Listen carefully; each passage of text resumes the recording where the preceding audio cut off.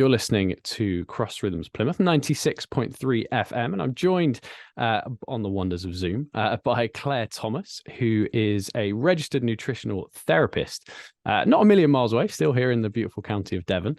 And we're going to talk a little bit about kind of nutrition, health, and faith, and where those kind of things connect. So, Claire, first and foremost, could you just introduce yourself to us and to our listeners, and maybe why you got into nutritional therapy and that kind of subject area? Sure. Well, thank you for having me. It's a pleasure to be here. So yes, as you said, I'm Claire, a registered nutritional therapist based kind of the other side of the county near Tiverton with my husband and our chickens and cats. So a lovely place to be.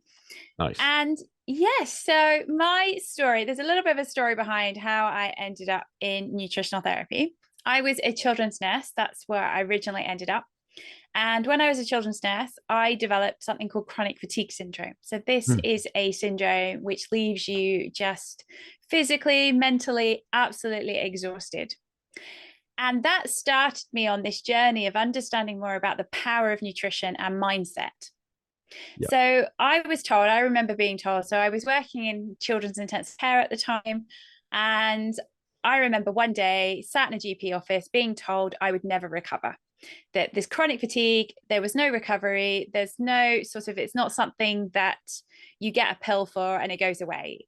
I was just basically told you can't go back to ITU, you can't go back to your career. It's over, just kind of accept it. And that's it really, learn to live with it. And of course, I'm a bit stubborn and refused to accept that this was it. And of course, I'm a Christian, so I believe God heals me. But I also recognize that sometimes that healing doesn't happen in the way we think it will. There's often waiting periods, isn't there? Sure. So I did have to leave ITU because shift work was no longer possible. But I still carried on nursing. And in that time, a friend gave me a book on nutrition, mindset, and faith, and that brought all these things together. And so I changed my diet, changed my mindset, obviously faith-wise, and it was a step-by-step process until in 2018 I was at a conference called New Wine, and God said, that's it, you're healed now from chronic fatigue. And I was like, oh, there you go, thank you very much. And it took a little while to still feel that I was completely healed, but now I can say that's it, I don't have it, and I'm so thankful for that. But what it did do is going through and living with chronic fatigue syndrome, it sparked this desire to want to support other people like myself who feel a bit lost. So it's not necessarily anyone with chronic fatigue syndrome, but it's people that, have that lack of energy, know that they want to feel better, have more productivity, more focus, but just they have the brain fog, the sluggishness, I just don't feel quite right. So that sort of journey, there was many options to study nutrition, but in 2019, my job changed to the point where actually I realized I did no longer want to be a nurse. And at that point, I recognized what a nutritional therapist was. I hadn't really learned about them until that point. And it was great because it was all about nutrition and mindset. And that was like my two big things that I really enjoyed. And so an opportunity came to leave my job. And I had a real sense that I needed to leave the NHS at that point, and I had to go back to university to retrain. And I was like, but why? Could I not just wait a few months? But I had a real sense it had to be then. And then COVID hit 6 months later. So I figured out, well, that was why, because, by that point I'd left the NHS and was at uni. So that was a 3-year course and I graduated last year. So there is a bit of a story to that one, but yeah. No, absolutely. So for your journey then with chronic fatigue syndrome and things, obviously that being a kind of people group that you're wanting to help through this, how big was kind of nutritional changes then for you with your health? Did that play a big role? It did. Yeah. I think I recognized what I was eating, the impact on my gut health. And then, the connection between gut health and mental health is quite large, because obviously when you've got something, it's not just chronic fatigue syndrome, just having a chronic illness in general can have a huge impact on your mental health. And so by improving things like eating better, improving my gut health, I noticed that there was a massive change in my mental health. So it was all connected. So I think when you feel low, and you just don't have the motivation or the desire to want to eat well, you end up in this cycle.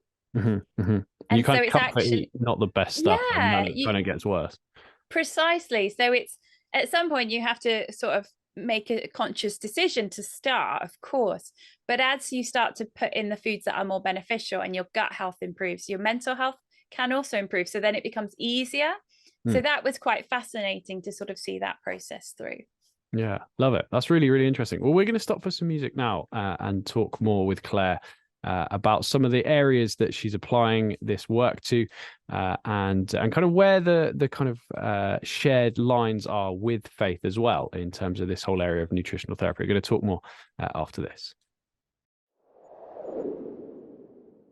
You're listening to Cross Rhythms Plymouth 96.3 FM. I'm in conversation with Claire Thomas, who is a registered nutritional therapist. And as well as that, Claire, as you touched on really in the first section, your Christian faith is a big aspect of your life, huge part of why you do what you do as well. So I wondered if you'd share a little bit about maybe some of the crossover and why you feel it's important to engage with Christians in this subject area of nutritional health and kind of physical health, I suppose.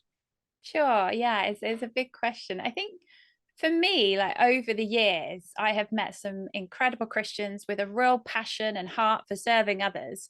But what I tend to find is there's also massive levels of burnout because we seem to be not so good at looking after ourselves. Like we almost see it as a selfish thing to do. You know, looking after yourself is the wrong thing to do. We should be looking after other people. And I think for me, it's recognizing how valuable we are. You know, our bodies are valuable. They're a imperfectly perfect gift from God. That there is that whole notion of body, mind, and spirit, that we're all interconnected. So when one's sort of out of balance, that impacts all of them. So if we're constantly giving and giving and giving to other people, but we're not able to replenish ourselves, all that happens is we burn out. And if you burn out, well, we're not any use to anyone. If you think about your car, most of us will take our car for an MOT and service every year. I mean, you've got to get an MOT, of course, but you don't always service it. But most of us will service our cars because we know that if you get the right oil in it, you know, make sure the brake pads are checked, et cetera, it's running efficiently. Because as soon as your car's not working, like at the moment, I forgot my MOT, which was sensible to do, but we have no car. I live in a little village. So I've been cycling a lot more, but it's been really inconvenient.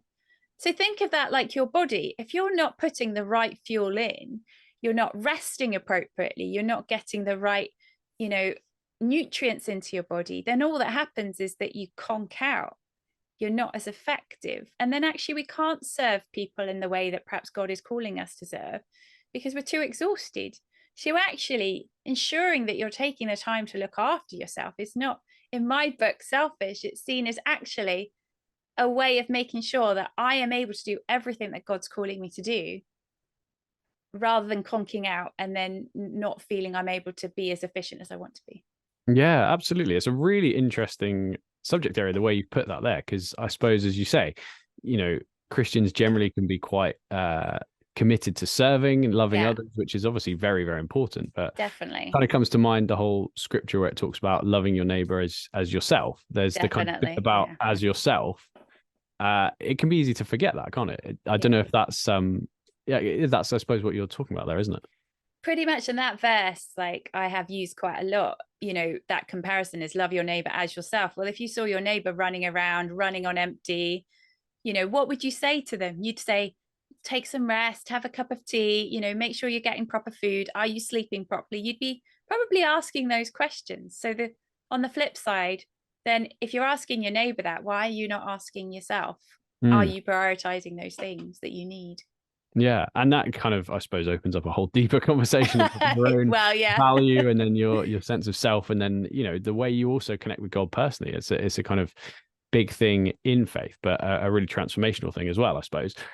So what are some of the things that you get involved in? What are some of the things that you look at in your kind of day-to-day work then, in those things? And I suppose particularly related to faith in those conversations as well. I guess it depends on the individual in front of me, if they are, you know, if they relate as a Christian or not, because at the end of the day, my work can span like everybody, if that makes sense. Of course. So, you know, what I look at is I look at, you know, people's lifestyle, their diet. I look at any symptoms that they're presenting, and I also do testing. to kind of see if there's anything behind the scenes that could be going on, to give me a picture. And then if it's appropriate, I will talk about, often a lot of my work is about behavior change. So I do a lot of coaching, a lot of mindset work. And this is where I think the faith comes in more than it does within the diet. Because a lot of people get the diet, but often it's the not valuing yourself. So why are you choosing to eat something is not beneficial can sometimes be, because of a limiting belief, a lie you're thinking about yourself. And often it's, I talk about, how God says our bodies are a gift, how we're valuable, and we sort of have those discussions. And often I do see, as I bring scripture into with those that is appropriate, you can see them starting to join the dots and going, oh, right, I get that now. I see where you're coming from and why you're asking me to eat that, or why you're asking me to get more sleep. And it's quite interesting and fascinating having these conversations with my clients. Yeah. And it can kind of be easy, I suppose, to pay lip service to some of those concepts. Like you kind of believe it in theory, but when the rubber hits the road, you're like, oh, actually, I'm not really living that out. So it's an interesting one. Well, we're going to stop this conversation now. I'm sure we'll talk with Claire at other times about lots of other subjects. But Claire, it's been a real pleasure to speak with you. For people who want to find out a bit more about what you do, where can they go to find out more and to contact you if they'd like to? Sure. So you can find me at my website, nourishtosoar.co.uk, on Facebook and Instagram at nourishtosoar as well. Awesome. Claire, well, we wish you all the best. Thank you for your time. Thank you. Thank you for having me.